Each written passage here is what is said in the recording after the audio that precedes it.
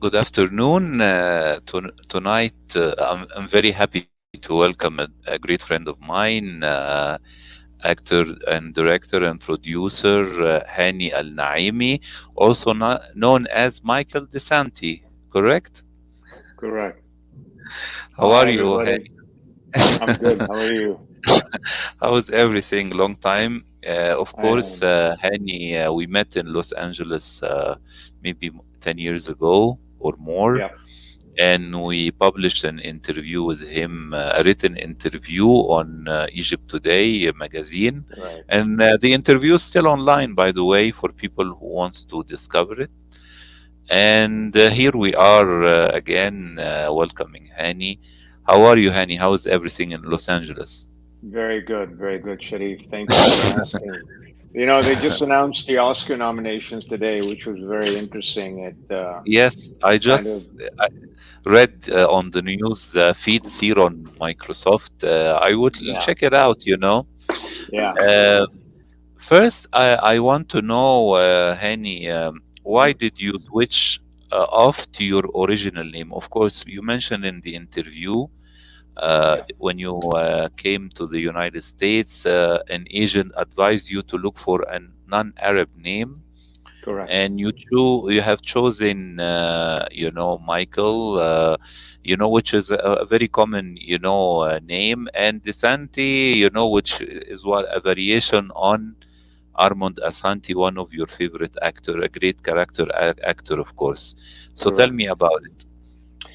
So, when I first started back in 1990, Yeah. Um, my agent manager at the same time, they couldn't get me auditions because my name was Hani Al Naimi, Hmm. which most people don't even know how to pronounce. And they thought I was so foreign that I wouldn't be able to speak English with no accent. Yes. Little did they know that I went to boarding school in the UK for 10 years prior to that. So I Yeah. came when I was 18 to the United States and went to university here, Hmm. and I studied business and theater. And you know, they advised me. They told me we're having a hard time getting you auditions. Um, Hmm. People don't want to see you because they think that you're foreign, etc., etc. Please change your name. And you know, being that we are trying to get you into soap operas and things like that, maybe something Mediterranean, Yes. something that sounds from Mediterranean that's more palatable. You know, back then ethnic names were not very common. It was a De Niro, Pacino, and all these Italian names. Hmm. So I thought about it, and I had seen, I think, a movie that Antonio Banderas and Armand Assante were in. They played brothers, Yes, and Mambo King. Mambo King, exactly. And I remember that movie, and I started as an extra, as an actor. I started in that movie as an extra, and I saw them Yes. working, and I was very inspired by Armand Assante, and I was like thinking, Mhm. there's an opportunity for me to do something. Let me take his name and change it a little Mhm. bit, and then maybe they'll be happy with that. So I did, and that's how I started my career. Yes. Hani, we remember. I remember we talked a lot about your beginnings and then your casting in the Hurt Locker. You Right. know, Hmm. and I don't want to repeat that because people can read it online. But Right. I want to ask you, after right now, like 30 years in United States, Hmm. many things, of course, have changed and happened. Okay, Right. but Right. I remember in when 9/11 happened, Hmm. Tribeca Festival started as a local festival with Robert De Niro and Martin Scorsese trying to help local filmmakers, and Right. then it became an international festival. Something Hmm. very big, similar in the United States, like San Francisco or Sundance. And I Right. started to go to the festival to cover it. Hmm. It had a very great focus, and it used to play many films with Arab American stories, you know. But I want to ask you, did the casting process and the stereotyping have changed over the course of these years in Hollywood, according to yourself? I'll tell you what happened.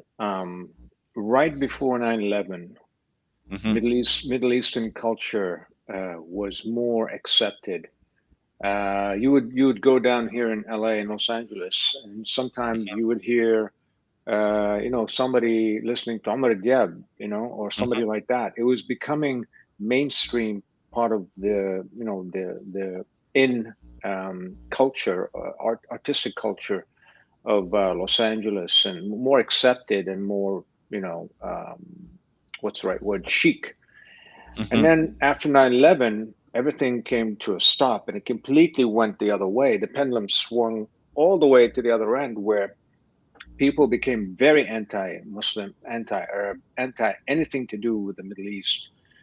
They were lynching people who had turbans on, who were not even Arab or Muslim. They're Sikhs. They thought that these people were, the people that went in 9/11.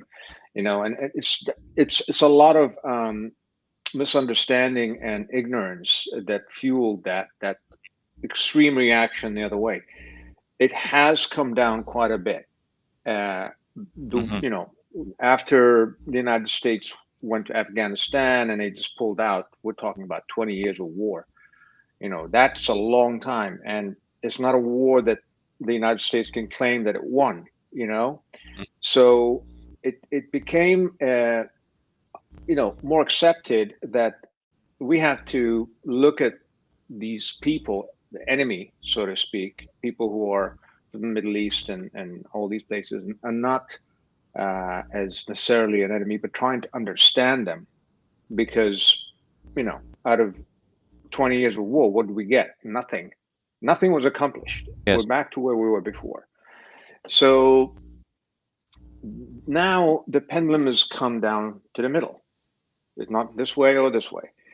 It's becoming more accepted with Black Lives Matter and all these protests that happen, that people Mhm. of minorities of ethnic backgrounds that are non-white have to be represented. They have to be represented in culture and they have to be represented in Hollywood. It's Mhm. almost like it becoming more, shall we say, justified to have people of color, whether Middle East or Asia or wherever, black or white or non-white, to be represented in products, films, TV. All these things have to be the color of the world, not the color of America. Yes. You know, this is a global marketplace. It's no longer the American marketplace, and then the Chinese marketplace and the European market. This is a global marketplace. Netflix has shows from Korea that's a big hit. Netflix has a Yes. show from Spain that's a big hit. Next thing you know, we from the Arab world might have a big hit. We just need to create it. The problem is this: we Hmm. as people of the Middle East, we're from multitude of different cultures. Even though we're Arabs in general, we are still divided by nationality, by accents, by all these things that should be kind of, shall we say,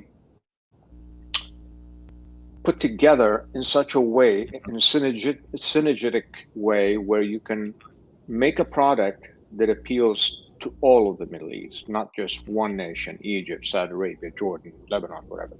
So that's the tricky part.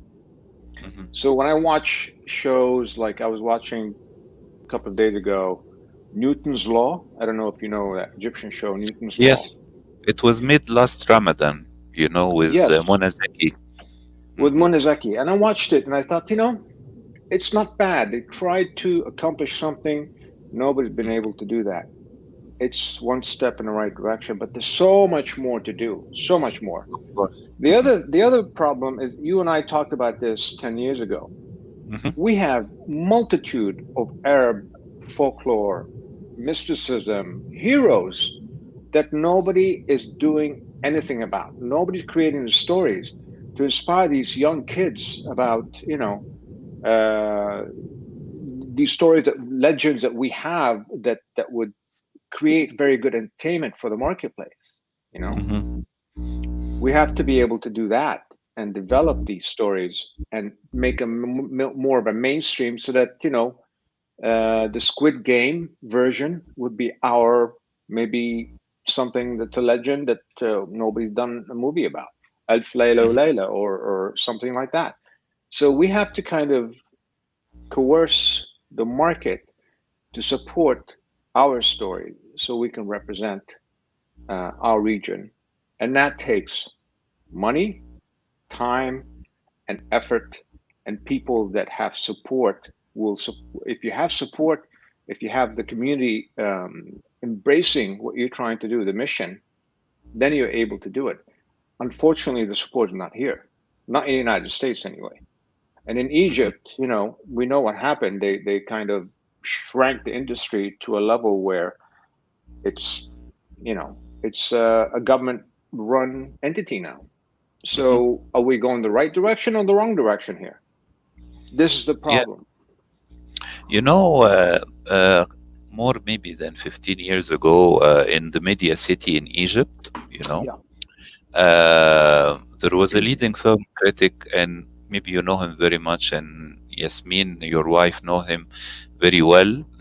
She came once to Alexandria Festival, and he was there.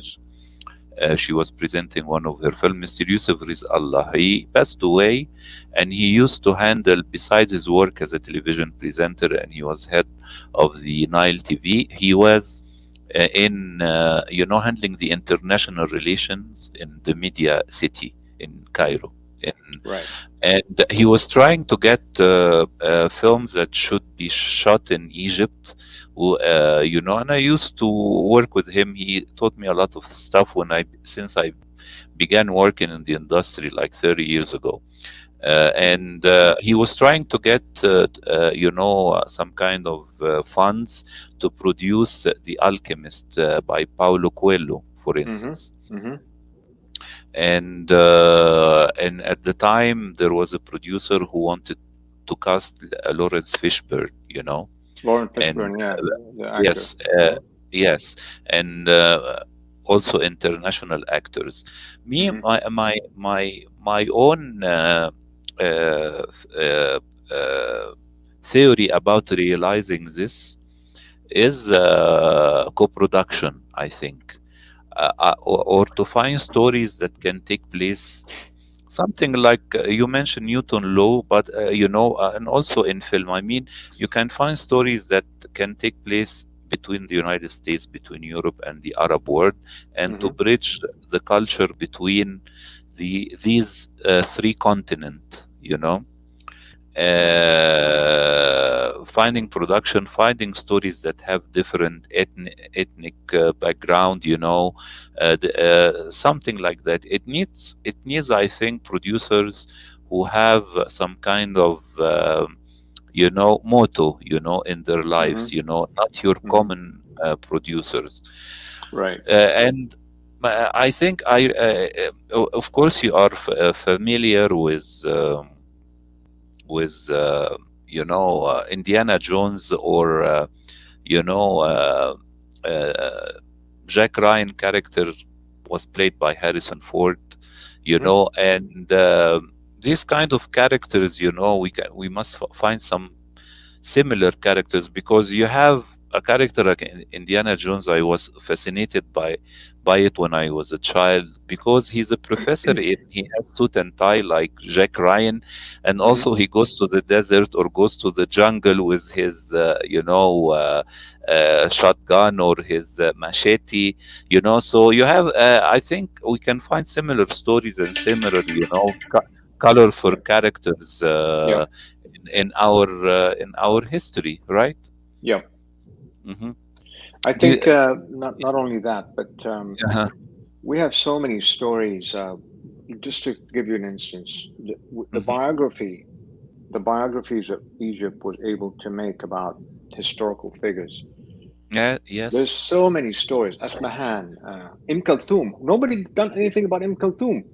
Come on. yeah. Yes, they These did are a film big. and a television series, but the problem about this kind of production, they are destined for the uh, Arab market. They No, don't you'll be think about surprised, the Sharif. yeah, Sharif, this Kulthum is internationally known. You yeah, go to cafes all over Europe, all over the United States, you'll hear her voice. It's amazing. yes. I know she's very popular until now, but if you compare the film made on Kulthum and the television series, by the way, it was very popular when it was released in Egypt, starring Sabrine. And if you compare this to a film, the film that won the Oscar on Edith Piaf, Hmm. with Marion Cotillard. Huh? Yeah. Uh, the film has very big production values, Hmm. very attention to details of the era, Yeah. even Marion Cotillard, who got the Oscar and started to work in American film, learned how to Hmm. sing Edith Piaf Hmm. own songs with Yeah. her own voice. So it was, this attention to details in production, performance, sets, that brought up the film from being a French hit into a movie released in the United States. Right. Maybe it played in art house films, and maybe it was somewhere was dubbed in English or subtitled, and it got the Oscars. Why? Because it has in the back in the mind of their makers, it was destined for the not only the francophone people, but for the whole world. So we Hmm. need, I think, production values, because if you want to make a film for the eyes of the American audience, they are quite, of course, you know that more than me. They are quite their eyes and their reception, are quite adapted for big values of Hmm. films. Something that you can see on the big screen, something that can make you go out from your home instead of watching streaming services to go to see it on a big screen. And I remember you telling me about your own will to produce something for yourself. So tell me about because you directed some short films and you Yeah. produced them as well. Tell me about your work after you already accomplished a lot of starring role in cinema and films. What you would like to do in the future?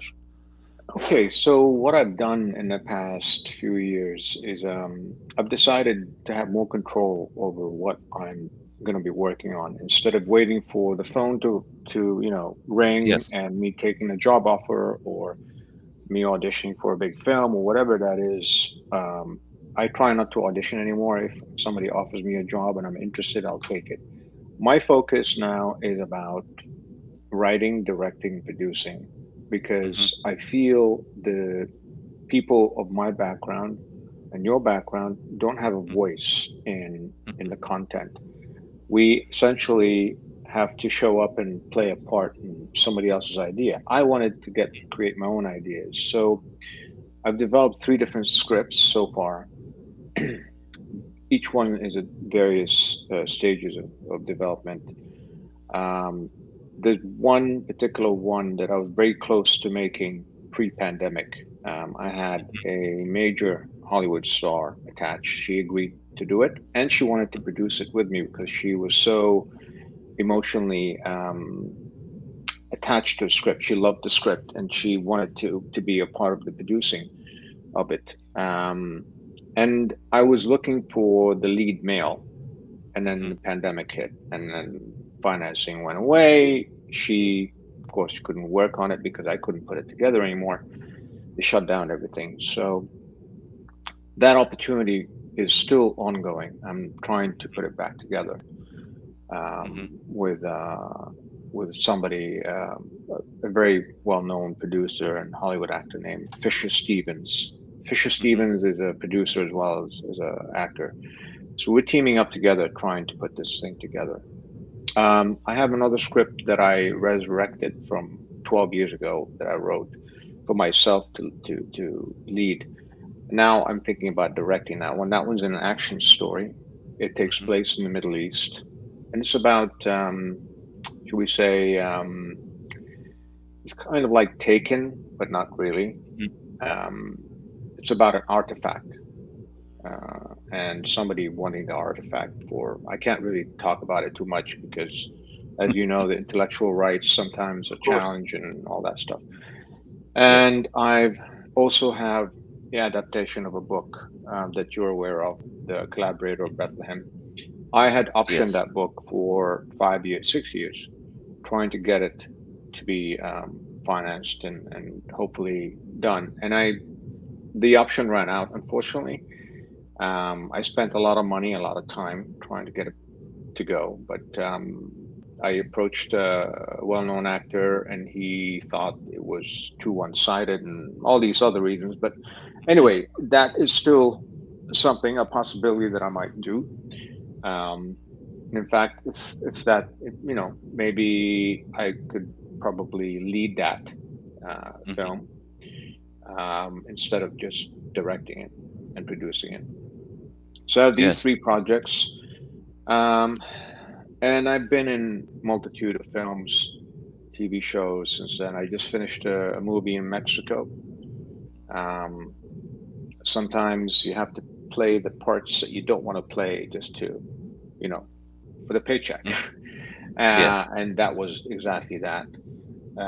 Play a bad guy, Mhm. and it's fun actually. It's not that bad.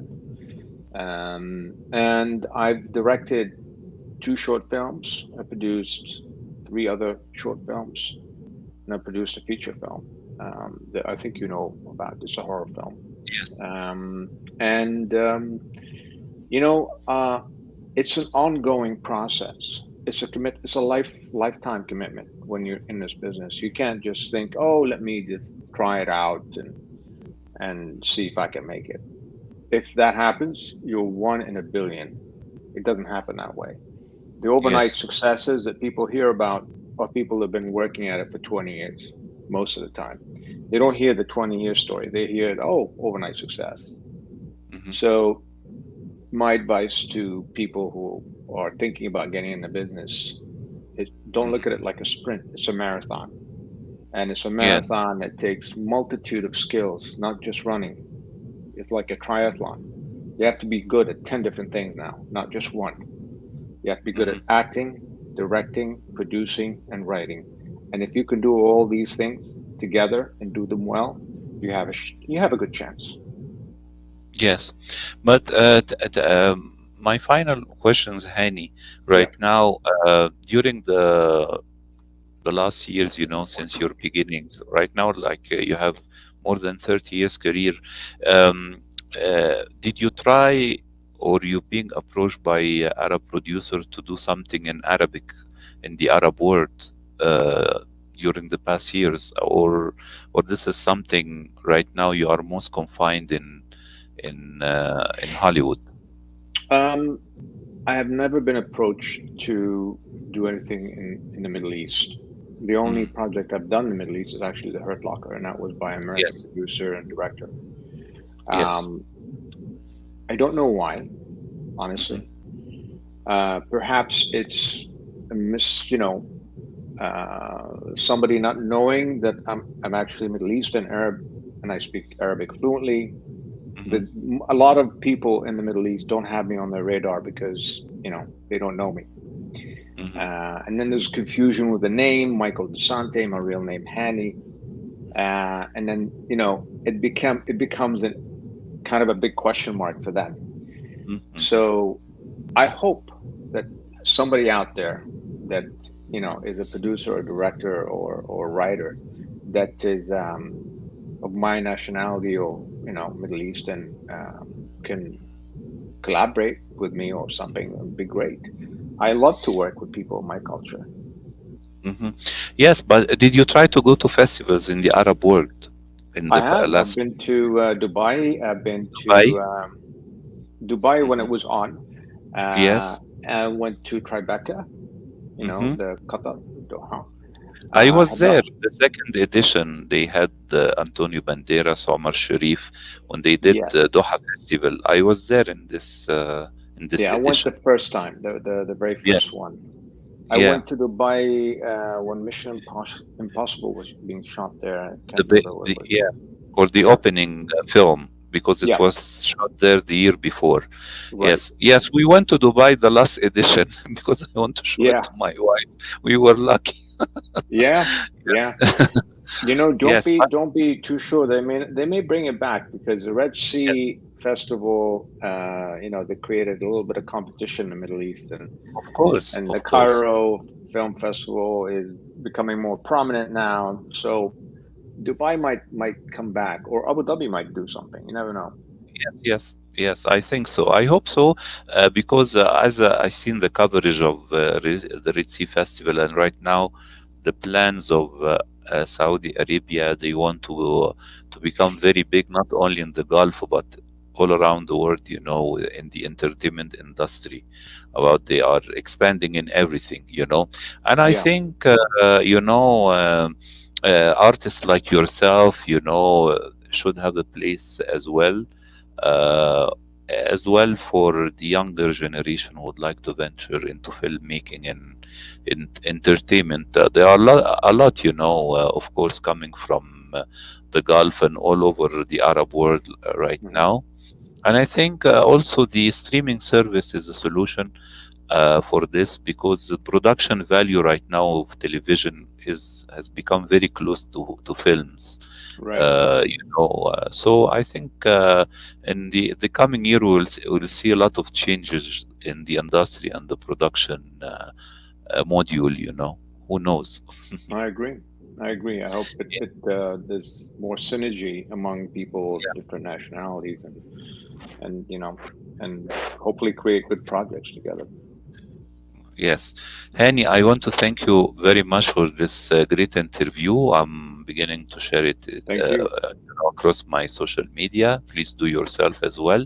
And I wish you all the best in your upcoming projects. I look forward to see your films Thank you. and your directorial efforts. And I hope you develop a lot of projects between America, Europe, and also the Middle East, for people to discover your work and your art as well. Thank you, Shay. Thank you. It's a pleasure to be with you and talk with you. Thank you. Have a great afternoon. Thank you very much. Thank you. Take care. Bye bye. Take care. Bye.